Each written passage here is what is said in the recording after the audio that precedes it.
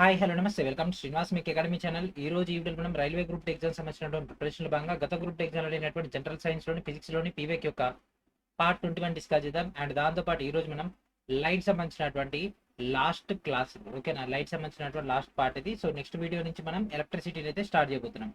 So లైట్లో మనం major ఈ రోజు మనం లెన్స్ గురించి అండ్ అదేవిధంగా హ్యూమన్ ఐ గురించినటువంటి డేటా అండ్ దాంతోపాటు డిస్పర్షన్ సంబంధించినటువంటి డేటాను కూడా డిస్కస్ చేద్దాం. కాబట్టి వీడియోని చాలా కేర్ఫుల్ గా వినండి, వీడియోని ఎక్కడ కూడా స్కిప్ చేయకండి, ఓకేనా. అండ్ ప్రతి ఒక్కరు కూడా వీడియోని లైక్ చేసి ఛానల్ ఇంకా సబ్స్క్రైబ్ చేయకుండా వెంటనే సబ్స్క్రైబ్ చేయండి. So this is our new channel Srinivas మీకు అకాడమీ ఛానల్.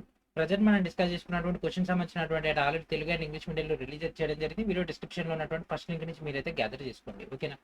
550 పేజీలలో మీకు ఇక్కడ 2500 పైగా ప్రశ్నలతో మీకు ఇక్కడ అందుబాటులో ఉంటుంది. అండ్ దాంతోపాటు మీరు శ్రీనివాస్ మేక్ యాప్ను కూడా రెగ్యులర్గా ఫాలో అవుతుండండి. ఈ యొక్క యాప్ నుంచి కూడా మీకు ఆ యొక్క మెటీరియల్స్ అనేవి డిస్కౌంట్లో రావడం జరుగుతుంది. సో లేట్ చేయకుండా మన యొక్క క్లాస్లోకి వెళ్ళిపోదాం.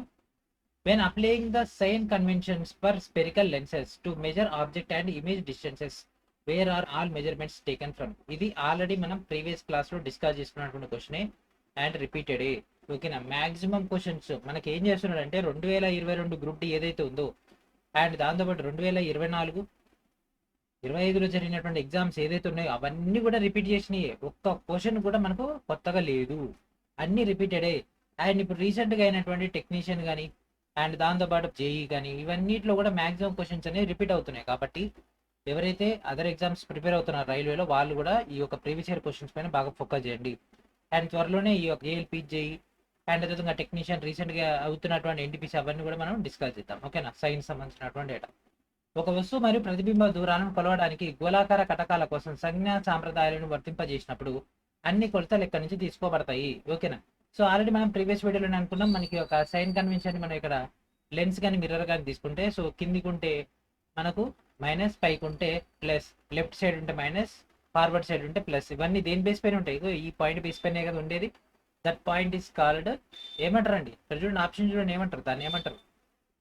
That is called optical centre, దృక్ కేంద్రం అనడం జరుగుతుంది. కటకం యొక్క దృక్ కేంద్రం అది. So answer in the option C is our answer.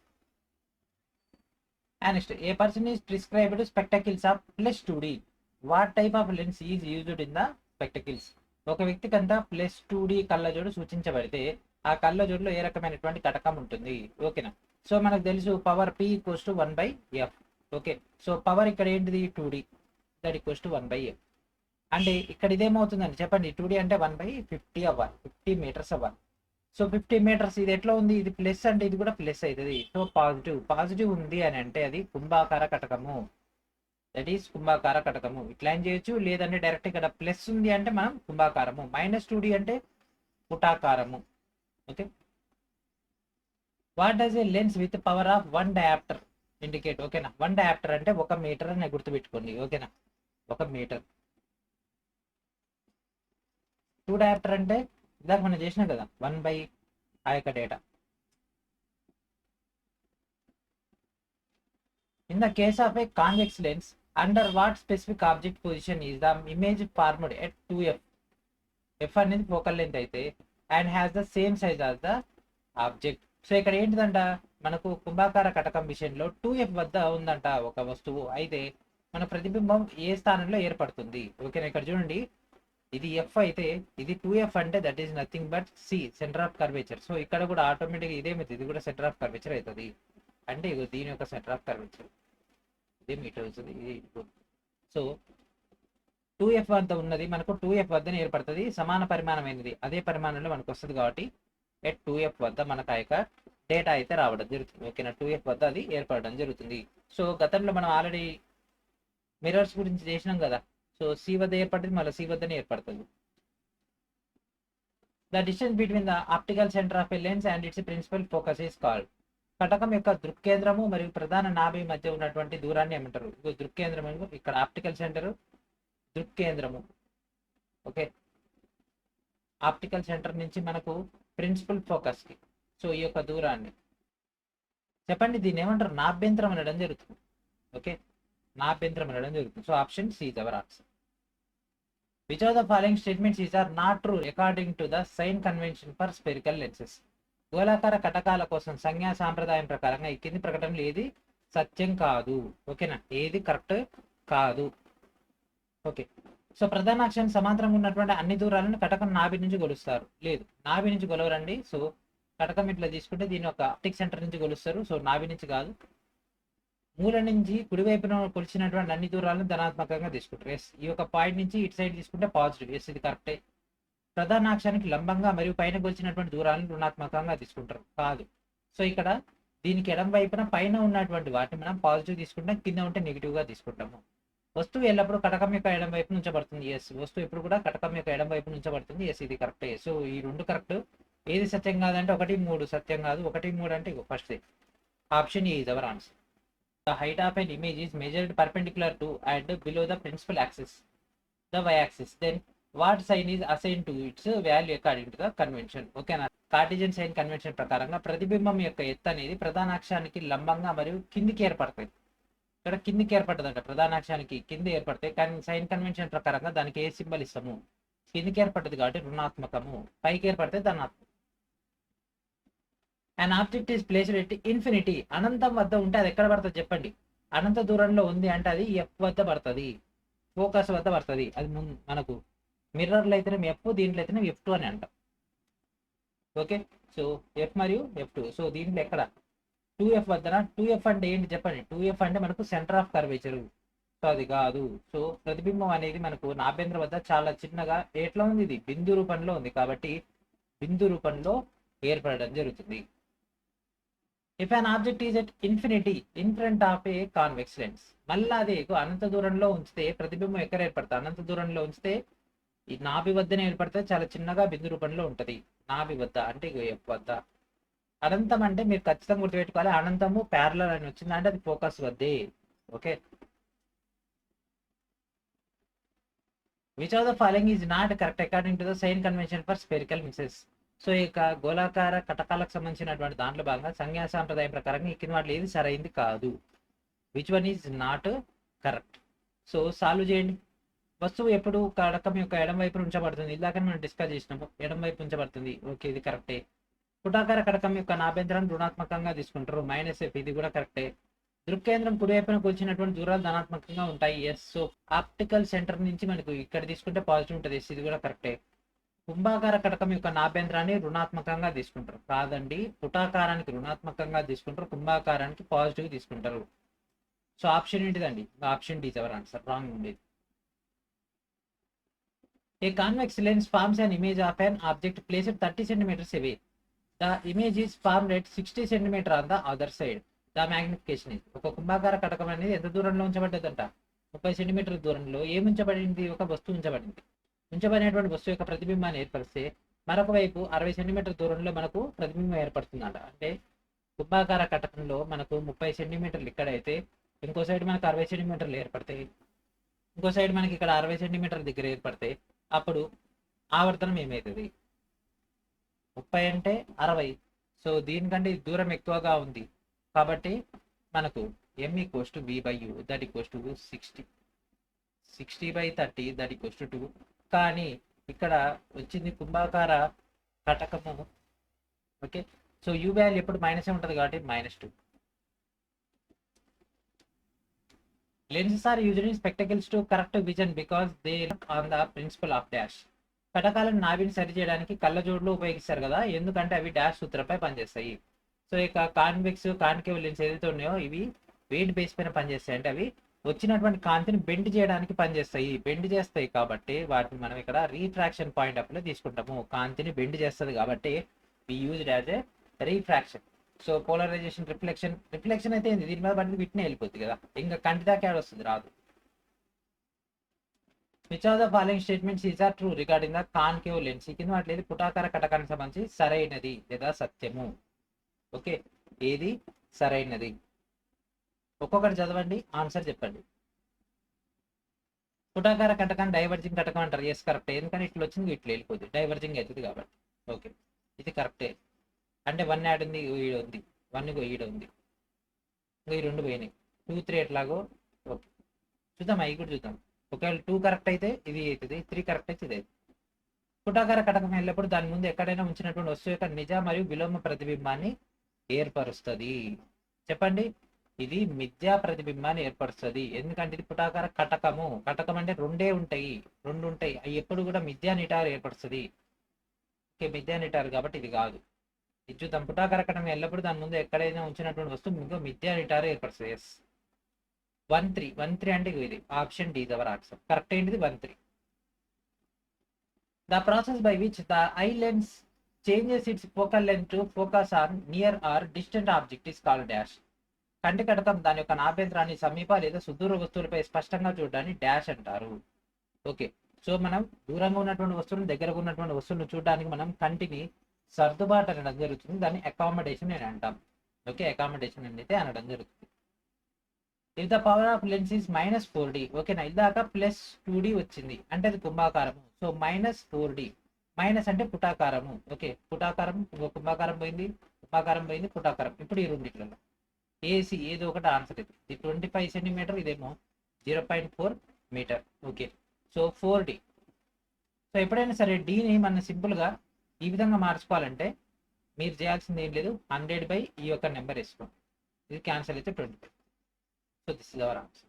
ఇందాక 2D అన్నాడు కదా, సో 100/2 చేస్తే మనకు 50 వచ్చింది. ఇందాక అదేగా 1/f = ఇక్కడ 2 యూతాలు తీసుకొచ్చేస్తే మనకు 1/50 అయింది కదా. సో ఫోకల్ ఎంత 50, ఇక్కడ 25. Option A is our answer. What type of image is always formed by a concave lens no matter where the object is placed. వస్తువుని ఎక్కడ ఉంచినా సరే పుటాకార కటకం ద్వారా ఎల్లప్పుడూ ఏ రకమైనటువంటి ప్రతిబింబం ఏర్పడుతుంది. వస్తువు ఎక్కడ ఉంచినా పుటాకార కటకంలో మిథ్యా మరియు నిటారు ప్రతిబింబం ఏర్పడుతుంది. అది కూడా చిన్నగా.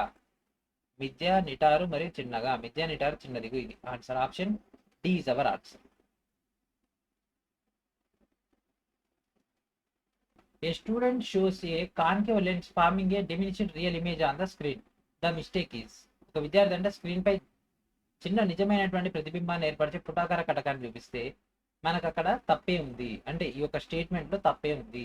ఇక్కడ చూడండి, పుటాకార కటకం అన్నాడు. పుటాకార కటకంలో మిథ్యా మరియు నిటారు ఏర్పడుతుంది. ఇక్కడ నిజ ప్రతిబింబం ఏర్పడదు. కాబట్టి నిజ ప్రతిబింబం అనేది తప్పు. ఓకే, పుటాకార కటకం నిజమైన ప్రతిబింబాన్ని ఏర్పరచదు. ఇదే కరెక్ట్ ఆన్సర్. మ్యాగ్నిఫైడ్ అంటే జూమ్ చేయొచ్చు, ఎల్లప్పుడూ కాంతిని కలుపుతుంది.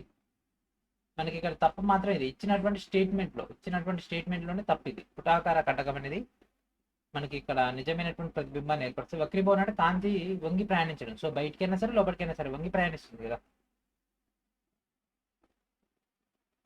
ఏ ray passing through which of the following parts of a lens emerges అన్డీవియేటెడ్.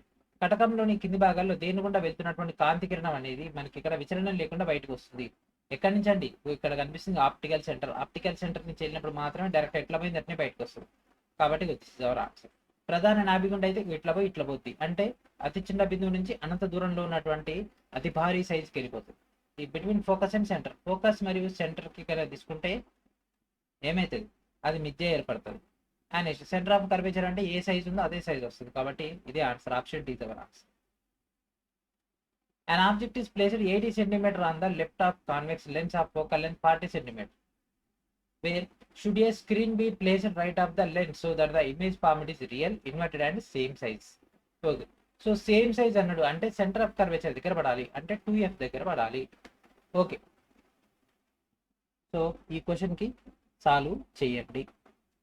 So 2f అంటే ఇక్కడ మనకు ఆల్రెడీ ఫోకల్ లెంత్ అంటే 40 ఇచ్చిండు. సో f = 40 అంట. So 2f that = 80. 80 దగ్గర పెడితే ఏ సైజ్ ఉందో అదే సైజ్ వస్తుంది. దట్ మీన్స్ 80 ఉండాలి. ఇక్కడ 40, ఇక్కడ 20, ఇక్కడ 80. ఇక్కడ ఉంది. వితౌట్ క్యాలిక్యులేషన్ మనం ఆన్సర్ చేసేస్తున్నాం. So answer and option see our answer. ఎందుకు సేమ్ సైజ్? సేమ్ సైజ్ ఉందంటే సెంటర్ ఆఫ్ కర్వేచర్ నుంచి పోయింది, మళ్ళీ సెంటర్ ఆఫ్ కర్వేచర్ నుంచి రివర్స్ వస్తుంది. కాబట్టి ఏ ఆకారం అయితే ఉందో మళ్ళీ అదే ఆకారం మనకు కనిపిస్తుంది. కాబట్టి సేమ్ సైజ్ మనకు కనిపిస్తుంది.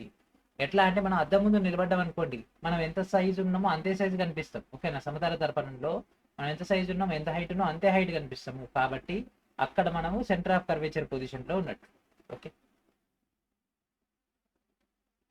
if the several rays of light parallel to the principal axis are falling on a convex lens, which of the following statements is correct for the refracted ray? ఇక్కడ ప్రధాన అక్షానికి సమాంతరంగా ఉన్నటువంటి అనేక కాంతి కిరణాలు అనేవి ఒక కుంభాకార కటకంపై పడుతుంటే వక్రీభవన కిరణానికి సంబంధించి కింద వాటిలో ఏది సరైంది? ఈ పడుతున్నాయి అన్ని ఒక పాయింట్ దగ్గర కలుస్తున్నాయి కదా, ఆ పాయింట్ ఏంటిది? ఫోకస్. ఓకేనా, అవన్నీ కూడా ఫోకస్ దగ్గర కలుస్తాయి. ఓకే, కటకానికి ఎదురుగా ఉన్నటువంటి ఒక బిందు వద్ద కలుస్తాయి. ఎస్, దాని నుంచి బయటికి వస్తున్నట్టు కాదు, ప్రధాన నాభి నుంచి బయటికి వస్తున్నట్టు కాదు, ఇక్కడ వరకే ఆయన కలుస్తున్నాయని అన్నాడు కదా, కాబట్టి కింద వరకే తీసుకోవాలి. కాబట్టి ఆన్సర్ ఆప్షన్ సి ఇది ఎవరా. ఇక్కడతో మనకు లెన్స్ అయిపోయింది. నెక్స్ట్ వచ్చేసరికి human I. Human I. So which part of the I is responsible for converging light into electrical signals. ఈ కింద వాటిలో ఏది కాంతిని విద్యుత్ సంకేతాలుగా మార్చడానికి కంటిలోని ఏ భాగం బాధ్యత వహిస్తుంది? సో విద్యుత్ సంకేతాలుగా మార్చేటటువంటిది కంటిలో ఉండేటటువంటి రెటీనా. రెటీనాని మనం నేత్రపటలం అనడం జరుగుతుంది. ఐరిస్ అంటే కన్నుపాప, లెన్స్ అంటే కటకము, కార్నియా అంటే శుక్లపటలము. శుక్లపటలము నేత్రపటలం అని ఉంటుందండి.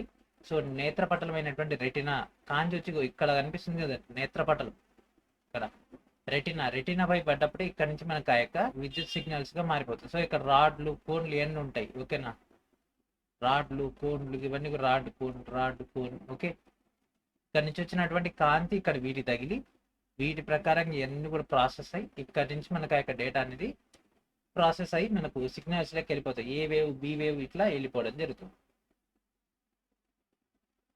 Which of the following muscular structures is are responsible for modifying the curvature and thus changing the focal length of the fibrous jelly-like eyelids? Okay, so ఇక్కడ మన కింది కండరాల యొక్క నిర్మాణాల్లో వక్రతను మార్చి తద్వారా ఫైబరస్ తంతుమయ అయినటువంటి జెల్లీ లాంటి కంటి కటకం యొక్క నాభ్యంతరాన్ని మార్చడానికి ఈ కింది వాటిలో ఏది మనకు బాధ్యత వహిస్తుంది? ఓకేనా, సో ఈ విధంగా మన కంటిలో బాధ్యత వహించేది సిలియరీ కండరాలండి. ఈ యొక్క కండరాలు ఆ యొక్క కంటికి సంబంధించినటువంటి ఏదైతే లెన్సెస్ ఉంటాయో వాటిని మూమెంట్ చేయడం ద్వారా మనం ఫోకస్ చేయడం, నాన్ ఫోకస్ చేయడం, అండ్ దాంతోపాటు మనం సైడ్స్ అవన్నీ కూడా చూడడానికి క్లారిటీ తెచ్చుకోవడానికి ఇది కూడా హెల్ప్ అవుతుంది సిలియరీ కండరాలు. మాక్సిమం క్వశ్చన్ మనకు సిలియరీ కండరాల గురించి వస్తాయి.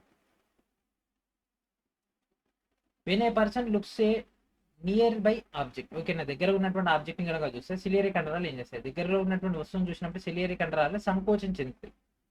ఓకేనా, సంకోచం చెంది కటకాన్ని మందం చేస్తాయి. కటకం మందం చేసినప్పుడు ఇక్కడ చూడండి, ఈ యొక్క కటకం మందం అవుతుంది. ఈ యొక్క సిలియరీ కండరాలకు సంబంధించినటువంటి డేటా ఇక్కడ మనకు కనిపిస్తుంది కదా, ఈ యొక్క సిలియరీ కండరాలు దాన్ని కాంట్రాక్ట్ చేస్తాయి. కాబట్టి కటకాన్ని మందం చేస్తాయి. ఈ పై నుంచి కింద నుంచి నొక్కినప్పుడు ఇది ఇట్లా అవుతుంది. నాకు కనిపిస్తుంది ఇదంతా. Which of the following eye defects is mainly due to the weakening of the power of accommodation age? ఈ కింది వాటిలో ఏ కంటి లోపం ప్రధానంగా వయసుతో అనుగుణంగా పవర్ అంటే సామర్థ్య బలహీనపడడం వల్ల వస్తుంది? ఓకే, సో వయసును బట్టి మనకి ఇక్కడ ఈ యొక్క కండరాలు ఏదైతే ఉన్నాయో ఈ యొక్క సెలియరీ కండరాల యొక్క వీక్ అవ్వడం వల్ల మనకు చత్వారం అనేది రావడం జరుగుతుంది. సో కంటిలో చత్వారం అనేది రావడం జరుగుతుంది. వృద్ధాప్య ప్రక్రియ ఇది. సో ఇది కదలకపోవడం వల్ల ఈ యొక్క కటకం అనేది ప్రతిదానికి ఫోకస్ చేయలేకపోవడం వల్ల చూపు అనేది ఆనదు. And next, a student complains of difficulty in reading the blackboard clearly while sitting at the back of the class, but can read a book at 25 centimeters without any difficulty. Which statement is correct for this condition? Okay na. So ఒక బాలుడు అంటే ఈ యొక్క class room లో యొక్క బోర్డుపై కనిపించినటువంటి అక్షరాలు అతనికి సరిగ్గా కనిపించట్లేవంట. అందుకని అతను రేజ్ చేసి సార్ నాకు కనిపించట్లేవు, కానీ అతని ముందు ఉన్నటువంటి పుస్తకాన్ని మాత్రం క్లియర్గా చదవగలుగుతున్నాడు, 20 సెంటీమీటర్ దూరంలో ఉన్నటువంటి పుస్తకాన్ని. సో దీనికి గల కారణం ఏమిటి? సో దూరంగా ఉన్నటువంటి వస్తువులు చూడలేకపోతున్నాడు, అతనికి హ్రస్వ దృష్టి వచ్చి ఉంటుంది. హ్రస్వ దృష్టి అంటే అతని పుటాకార కటకం ఉపయోగించాలి, అంటే మయోపియా. ఓకే, సో ఆన్సర్ ఏంటిది? Option B is our. If the power of accommodation of a normal human eye is maximum, which of the following is correct for the ciliary muscles? సాధారణ మానవ కన్ను యొక్క సర్దుబాటు సామర్థ్యం గరిష్టంగా ఉంటే ఈ కింది వాటిలో ఏ సిలియరీ కండరాలు సరైనది? ఓకేనా, సో సిలియరీ కండరాలకు సంబంధించినటువంటి. సో మనకి ఇక్కడ సర్దుబాటు సామర్థ్యం అంటే మ్యాక్సిమం పవర్ కనుక వస్తే అవేది మ్యాక్సిమం కంప్రెస్ ఇస్తాయి ఆ యొక్క జెల్లీ లాంటి దాన్ని. కాబట్టి అది పూర్తిగా కాంట్రాస్ట్ అవుతుంది, సంకోచించబడడం జరుగుతుంది. Okay, which of the following statements about presbyopia is correct? ఈ కింద వాటిలో చత్వారం గురించి సరైనటువంటిది. సో చత్వారం అంటే ఏంటిది? మనకు ఆ యొక్క కండరాలు కదలడం అనేది బలహీనపడడం జరుగుతుంది. ఏ కండరాలు? సిలియరీ కండరాలు. దానివల్ల కటకం యొక్క వశ్యతను కోల్పోవడం వల్ల మనకి ఏమవుతుందంటే ఆ యొక్క కరెక్ట్గా ఫోకస్ చేయలేకపోవడం వల్ల మనకు అది క్లారిటీగా కనబడదు. వయసు బట్టి వృద్ధాప్య ప్రకారంగా ఆ యొక్క కండరాలు బలహీనపడడం వల్లనే కటకం ఆ యొక్క మూమెంట్ ఇవ్వడం కూడా తగ్గిపోతుంది. దానివల్ల ఈ యొక్క ఇష్యూ అయితే రావడం జరుగుతుంది. The image formed on the retina of the human ice. ఓకేనా, సో మనకు ఒక పర్సన్ ఇక్కడ నిలబడితే వీళ్ళకి సంబంధించినటువంటి కాంతి కిరణం ఇట్లా లోపలికి వచ్చినప్పుడు ఇక్కడ లెన్సెస్ ఏదైతే ఉంటాయో దాన్ని ఇక్కడ మనకు ఈ విధంగా ఏం చేస్తాయి, రివర్స్ చేస్తాయి. రెటినా మీద పడేటటువంటి ఇమేజ్ ఎప్పుడైనా సరే రివర్స్ పడుతుంది. ఓకేనా, రెటినా పైన పడేటటువంటి ఇమేజ్ అనేది రివర్స్ పడుతుంది. అంటే నేత్రపటలం పైన పడేటటువంటి డేటా అనేది మనకి ఇక్కడ తలకిందులుగా పడుతుంది. ఓకే, సో ఆన్సర్ ఏంటి option C is our answer. Which part of the eye controls the size of the pupil by adjusting to light? కంటిలోని ఏ భాగం అనేది కాంతికి సర్దుబాటు చేయడం ద్వారా కనుపాప పరిమాణాన్ని నియంత్రిస్తుంది. సో ఈ యొక్క కంటికి సంబంధించినటువంటి సైజు మనకి ఇక్కడ కంట్రోల్ చేసేదాన్ని మనం ఇక్కడ ఐరిస్ అనడం జరుగుతుంది. ఇక్కడ చూస్తున్నారు కదా, ఐరిస్. ఐరిస్ అనేది మనకి ఆ యొక్క కనుపాప పరిమాణాన్ని నియంత్రించడం జరుగుతుంది. సో ఇక్కడ ఉంది కదా, ఇదే పూపిల్ అంటే కనుపాప. The defect in which a person can not see distinct objects clearly but can see nearby objects is called. ఒక వ్యక్తి అంటే దూరంగా ఉన్నటువంటి వస్తువులను స్పష్టంగా చూడలేకపోయినా దగ్గరగా ఉన్నటువంటి వస్తువులను చూడగలిగితే ఆ యొక్క లోపాన్ని ఏమంటారు, హ్రస్వ దృష్టి అనడం జరుగుతుంది. హ్రస్వ దృష్టి అంటే దూరంగా ఉన్న వస్తువులను చూడలేడు, దగ్గరగా ఉన్నటువంటి వస్తువులను చూడగలడు. అదే మనకు దీర్ఘ దృష్టి అంటే దూరంగా ఉన్న వస్తువులను స్పష్టంగా చూడగలడు, దగ్గరగా ఉన్నటువంటి వస్తువులను చూడలేడు. Okay, a student can not clearly see objects distant అంటే దూరంగా ఉన్నటువంటి వస్తువులను చూడలేకపోతే దట్ ఈస్ కాల్డ్ హ్రస్వ దృష్టి. పుస్తకాన్ని హాయిగా చదవగలుగుతున్నా అంటే దగ్గరగా ఉన్నది కనిపిస్తుంది, దూరంగా ఉన్నది కనిపించట్లేదు. Which of the following is best describes a person with hypermetropia? ఈ కింద వాటిలో దీర్ఘ దృష్టి సంబంధించినటువంటి దాంట్లో ఏంటిది హైపర్ మెట్రోపియా అంటే ఏంటిది? దూరంగా ఉన్న దాన్ని మంచిగా చూస్తాడు, దగ్గరగా ఉన్న వాటిని చూడలేడు. సమీపంలో ఉండి చూడలేడు, దూరంగా ఉన్న వాటిని చూస్తాడు, దగ్గరగా ఉన్న వాటిని చూడలేడు. ఎస్, ఇబ్బంది పడతాడు. ఇదే answer. At what minimum distance should an object be held from the ice for clear and comfortable viewing? So స్పష్టమైనటువంటి మరియు సౌకర్యవంతమైనటువంటి వీక్షణ కోసం ఒక వస్తువునంట కళ్ళ నుంచి కనీసం ఎంత దూరంలో ఉంచాలి? ఇందాక క్వశ్చన్స్ లోనే వచ్చింది, ఎంత 25 సెంటీమీటర్లు. 20 సెంటీమీటర్ దూరంలో పెట్టినప్పుడు మనకు అది క్లియర్ గా కనిపిస్తుంది. సో ఇక్కడతో మనకు హ్యూమన్ ఐ సంబంధించినటువంటి డేటా కూడా కంప్లీట్ అయిపోయింది. నెక్స్ట్ మనం వెళ్తున్నాం డిస్పర్షన్ ఆఫ్ లైట్ అంటే రెయిన్బో సంబంధించినటువంటి data. Okay, A rainbow which is a natural spectrum appearing in the sky after A rain shower is primarily caused by which action of water droplets on sunlight? ఓకేనా, so ఇక సూర్యకాంతి వల్ల మనకి ఇక్కడ వర్షం వచ్చినప్పుడు నీటి బిందువులపై ఒక రకమైనటువంటి చర్య జరుగుతుంది. ఆ యొక్క చర్య వల్ల మనకు జరిగినటువంటి అద్భుతమైనటువంటి విషయం ఏమిటి? ఏంటిది అది? ఇంద్రధనుస్సు ఏర్పడుతుంది. ఓకే, మరి దానికి గల కారణం ఏమిటి అంటే ఏ విధంగా జరుగుతుంది? వాన వచ్చిపోయిన తర్వాత ఇంద్రధనుస్సు ఏర్పడుతుంది. ఓకే, కానీ అది ఏ ఫినామినా వల్ల, ఎందుకు అట్లా జరుగుతుంది? దానికి గల కారణం ఏమిటి అంటే మనకు కాంతి వక్రీభవనం చెందడం జరుగుతుంది. ఇక్కడ వచ్చినటువంటి కాంతి ఈ విధంగా వక్రీభవనం చెందుతుంది, అండ్ దాంతోపాటు కాంతి విక్షేపణం చెందుతుంది, దాంతోపాటు కాంతి టోటల్ ఇంటర్నల్ రిఫ్లెక్షన్ చేస్తుంది, అండ్ దాంతోపాటు ఫైనల్ రీఫ్రాక్షన్ కూడా చేస్తుంది. ఓకేనా, సో ఇక్కడ నుంచి ఇక్కడికి రిఫ్లెక్షన్, తర్వాత ఇక్కడి నుంచి ఇక్కడికి రీఫ్రాక్షన్, ఆ తర్వాత ఇందులో మనకు డిఫ్రాక్షన్, తర్వాత ఇంటర్నల్ రిఫ్లెక్షన్, అండ్ దాంతోపాటు ప్రతి కణానికి సంబంధించినటువంటి లైట్ యొక్క పార్టికల్ ఏదైతే ఉంటుందో అదంతా కూడా ఫైనల్ గా మనకు ఈ విధంగా ఫైనల్ రీఫ్రాక్షన్ జరుగుతుంది. కాబట్టి మనకి ఒక డేటా వస్తుంది. సో వాన పడ్డ తర్వాత గాలిలో ఉన్నటువంటి నీటి చినుకులు అన్ని కూడా కలిసి ఈ యొక్క మహాద్భుతాన్ని సృష్టిస్తాయి. కాబట్టి దానికి గల కారణం ఇవన్నీ. ఆన్సర్ ఏంటి? దాని option D is our answer. A rainbow is formed in the sky after rain which is due to dash? So వర్షం తర్వాత ఆకాశంలో ఇంద్రధనస్సు ఏర్పడుతుంది. దానికి గల కారణం ఏంటి? ఇప్పుడు మనం చూసినాం కదా, చాలా కారణాలు ఉన్నాయి. దాంట్లో కాంతి వక్రీభవనం మరియు విక్షేపణం అనేది మేజర్గా ఉంటుంది. కాంతిని గ్రహిస్తుందా, కానీ విడుదల కూడా చేస్తుంది. కాబట్టి స్కాటరింగ్ కాదు, రిఫ్లెక్షన్ ఓన్లీ కాదు. సో ఇది కాంతి వక్రీభవనం మరియు విక్షేపణం. Which of the following phenomena can not be explain without dispersion of light? ఈ కింద వాటిలో ఏది డిస్పర్షన్ యొక్క డేటా లేకుండా ఎక్స్ప్లెయిన్ చేయలేము? ఏంటిదండి? నక్షత్రాలు, మెరుపు, కాంతి, స్కాటరింగ్, ముందు సూర్యోదయం, స్కాటరింగ్, మిరాజ్, ఇది internal reflection, total internal reflection సంబంధించి. ఇంకో ఇది option D is our answer, ఇంద్రధనస్సు. When white light falls on a glass prism, out of all its constituent colors, violet color undergoes maximum bending by. So తెల్లని కాంతి అంట గాజు పటకంపై పడినప్పుడు దానిలోని అంశీభూత రంగులన్నింటిలో ఉదా రంగు గరిష్ట వంపునకు గురవుతుంది. ఎందుకు? సో ఇక్కడ మనం చూస్తున్నాం కదా, ఒక విద్యార్థి ఇస్తున్నాం, దీనిలోంచి ఈ విధంగా మనం పంపించినప్పుడు ఎక్కువగా వైయోలెట్ అనేది బెండ్ అవుతుంది. ఎందుకు బెండ్ అవుతుంది? వైయోలెట్ బెండ్ అవ్వడానికి గల కారణం ఏమిటి? ఎందుకంటే వైయోలైట్ కి మనకేమవుతుంది, తక్కువ తరంగ దైర్ఘ్యం అనేది ఉంటుంది కాబట్టి ఎక్కువ బెండ్ అనేది వస్తుంది. గరిష్టం ఇక్కడ కనిష్టము కనిష్టం కాదు, గరిష్టం ఇక్కడ గరిష్టం ఇది పోయింది. కనిష్టము గరిష్టం, ఓకే, గరిష్టము కనిష్టం కాదు, ఇది పోయింది. కనిష్ట తరంగ దైర్ఘ్యం ఉంటుంది కాబట్టి గరిష్ట వక్రీభవనం. వక్రీభవనం అంటే బెండ్ అయి ఉండడం, ఎక్కువ బెండ్ అయితే ఎక్కువ గరిష్టం, తక్కువ బెండ్ అయితే తక్కువ గరిష్టం. Answer option C is our answer. Which of the following is responsible for the dispersion of white light through a glass prism? గాజు పట్టకం ద్వారా తెల్లని కాంతి వ్యాప్తికి మనకు ఏది బాధ్యత వహిస్తుంది? ఇవి ఇక్కడ చూసినటువంటి వైట్ లైట్ అనేది ఈ విధంగా మనకు వ్యాప్తి చెందుతుంది కదా, దానివల్ల మనకు జరిగేటటువంటి మెయిన్ డేటా ఏంటిదండి? కాంతి వివిధ రంగుల్లో ప్రయాణించడం జరుగుతుంది కదా, వేరే వేరే వేగాలలో, దానివల్ల మనకు ఆ యొక్క రంగులని కనిపిస్తాయి. సో తక్కువ బెండేది ఈ విధంగా వెళ్తుంది, ఎక్కువ బెండేది కింద నుంచి, మధ్యలో బెండేది ఇంకా మధ్యలో వచ్చి అట్లా.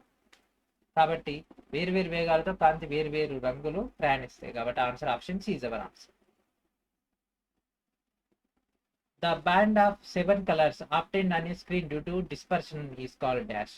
విక్షేపణం కారణంగా ఒక తెరపై లభించినటువంటి 7 రంగుల బ్యాండ్ ఏమంటారు? ఏమంటారండి? షాడో అంటారా, స్పెక్ట్రమ్ అంటారా, లేకపోతే టోటల్ రిఫ్లెక్షన్ ప్యాటర్న్ అంటారా, ఇమేజ్ అంటారా? ఏమంటారు దాన్ని? స్పెక్ట్రమ్ అనడం జరుగుతుంది, అంటే వర్ణపటం. ఈ యొక్క తెల్లని కాంతిపై వచ్చినటువంటి డేటాని మనకు దీనివల్ల అప్డేట్ అవ్వడం వల్ల విబ్జిఆర్గా మారిపోతుంది కదా, ఆ యొక్క విబ్జిఆర్ని మనం వర్ణపటం అనడం జరుగుతుంది. ఒక తెల్లని తెరపై మనకి ఒక వర్ణపటాన్ని ఏర్పరుస్తుంది, అక్కడ మనకి ఆ యొక్క అన్ని రంగులు కూడా క్లియర్గా విజిబుల్ అయితే అవ్వడం జరుగుతుంది. What is the term for process in which white light breakups into different colours? తెల్లని కాంతి వేరు వేరు రంగులుగా విడిపోయేటటువంటి ప్రక్రియకు ఉదాహరణ ఏంటిది? చెప్పండి. ఏంటిది? డిస్పర్షన్. కాంతి విధంగా విడిపోతుంది. తెల్లని కాంతి చేపించడానికి గల కారణం ఏమిటి? ఏంటిదండి? వేరువేరు కాంతి వేరువేరు వేగాలతో వెళ్తుంది కాబట్టి మనకు అక్కడ వేరువేరు రంగులన్నీ క్లియర్ కనిపిస్తాయి. అన్ని ఒకే వేగంతో వెళ్తే ఒకటే కనిపిస్తుంది, అంటే జస్ట్ లైక్ వైట్ లైట్. అయితే మీరు అనొచ్చు, సార్ వైట్ లైట్ లో కూడా మనకు అన్ని వేరువేరు వేగాలతో వెళ్ళినప్పుడు ఎందుకు కనిపించవు? కానీ ఎందుకు కనిపించవండి? అన్ని కూడా కలిసి ప్రయాణిస్తాయి, ఇక్కడికి వచ్చేసరికి విడిపోతాయి కాబట్టి మనకు అట్లా. Which of the following statements correctly explain the phenomenon of dispersion? ఈ కింద వాటిలో విక్షేపణ దృగ్విషయాన్ని సరిగ్గా వివరిస్తుంది. ఓకే, మనోడి దగ్గర ఉన్నాయి 4 పాయింట్లు, ఆ 4 పాయింట్లు అడిది పీడిది పీడిది పడిది పేస్ ఏం చేస్తుందండి? తెల్లని కాంతిని 7 రంగులుగా విభజిస్తుంది. ఒక మాధ్యమం నుంచి ఇంకో మాధ్యమం వెళ్ళినప్పుడు కాంతి వంగడం ఒకే తరంగ ధైర్యంగా కలిగింది కాదు. సాంజిక కణాల ద్వారా కాంతి పరిక్షేపణం కాదు. తెల్లని కాంతి 7 భాగాలుగా విడిపోతుంది, ఎస్. 7 భాగాలు విడిపోయి 7 భాగాల యొక్క రంగులుగా మారుతుంది, ఎస్. బౌన్స్ అవ్వడాన్ని సూచిస్తుంది, కాదు. తాకినప్పుడు బౌన్స్ అవ్వడం అంటే ఇట్లా పడి ఇట్లా పోవడం అండి, అట్లా కావట్లేదు. So option C is our answer. In the spectrum formed by a dispersion of sunlight through a prism which colour deviates the most? పట్టకం ద్వారా సూర్యరశ్మిని కనుక విక్షేపణం చెందడం ద్వారా ఏర్పడినటువంటి వర్ణపటంలో ఏ రంగు ఎక్కువగా విచలనం చెందుతుంది? ఎక్కువ విచలనం అంటే చెప్పండి. ఎక్కువగా బెండ్ అవ్వడము. ఎక్కువ బెండ్ అవుతుంది ఏంది? వైలెట్. వైలెట్ అంటే ఉదా. తక్కువ బెండ్ అవుతుంది రెడ్. విబ్జిఆర్ అందుకే కింది నుంచి పైకి చదువుతారు. The phenomenon of dispersion of light was first explained by. So కాంతి విక్షేపణం యొక్క దృగ్విషయాన్ని మొదట ఎవరి ద్వారా వివరించబడింది? ఎవరి ద్వారా వివరించబడిందండి? కాంతి విక్షేపణం సంబంధించినటువంటి డేటా అనేది ఐజాక్ న్యూటన్ ద్వారా విక్షేపించడం జరిగింది. అంటే ఆ యొక్క వివరణ అయితే ఇవ్వడం జరిగింది ఐజాక్ న్యూటన్. 1666లో తెల్లని కాంతి అనేది పటకం గుండా వెళ్ళినప్పుడు రంగుల వర్ణపటంగా మారుతుందని అతనైతే నిరూపించడం జరిగింది. ఎందుకంటే కాంతి వేరు వేరు కోణాలు వక్రీభవనం చెందుతుంది కాబట్టి మనకు ఆ యొక్క డేటా అనేది రావడం జరుగుతుంది. అండ్ దాంతోపాటు దీని ముందర ఇంకోటి పెట్టిండు, ఈ విధమైనటువంటి ప్రిజం. దానివల్ల మళ్ళీ ఎట్లా వెళ్ళిందో మళ్ళీ అదే వైట్ లైట్ రావడం జరుగుతుందని కూడా అతన్ని వివరించడం జరిగింది. The angle between the incident ray and the emergent ray of prism is called. పటకం యొక్క పతన కిరణం, ఇది పతన కిరణము, బహిర్గత కిరణం మధ్య ఉన్నటువంటి కోణం ఇది. ఈ రెండింటి మధ్య ఉన్నటువంటి కోణాన్ని ఏమంటారు? Angle of deviation. ఏమంటారండి? యాంగిల్ ఆఫ్ డీవియేషన్, విచలన కోణం. ఆప్షన్ ఏంటిదండి? Option A is our answer. The angle between the incident ray and the emergent రే. ఇప్పుడే కదా మనం అనుకున్నది, సేమ్ క్వశ్చన్ వల్ల రిపీట్ అయింది. అది వచ్చేసరికేమో 5th డిసెంబర్, ఇదేమో 10th డిసెంబర్. ఏంటిదని? యాంగిల్ ఆఫ్ డీవియేషన్, విచలన కోణం. ఇక్కడితోటి మనకు లైట్ అనేది అయిపోయింది. Light is completed. Next electricity start చేయబోతుంది. ఓకే, సో నెక్స్ట్ వీడియో కోసం ఎదురు చూస్తే ఈ క్లాస్ మల్టిపుల్ టైమ్స్ అయితే వాచ్ చేయండి. ఇప్పటివరకు ఇచ్చినటువంటి 21 వీడియోలను పూర్తిగా మళ్ళీ ఒకసారి రివైజ్ చేయండి. చాలా క్వశ్చన్స్ అనేవి రిపీట్ అయితేనే ఉన్నాయి. ఓకేనా? సో ఇది ఫ్రెండ్స్ ఈ రోజు వీడియో. నెక్స్ట్ వీడియో మనం రెడీతో కలుద్దాం. అండ్ వీడియోని ఖచ్చితంగా లైక్ చేసి ఛానల్ ఇంకా సబ్స్క్రైబ్ చేయకుండా సబ్స్క్రైబ్ చేసి హై పాయింట్స్ కూడా మన యొక్క వీడియోస్కి ఇవ్వండి. And thank friends, thank for watching.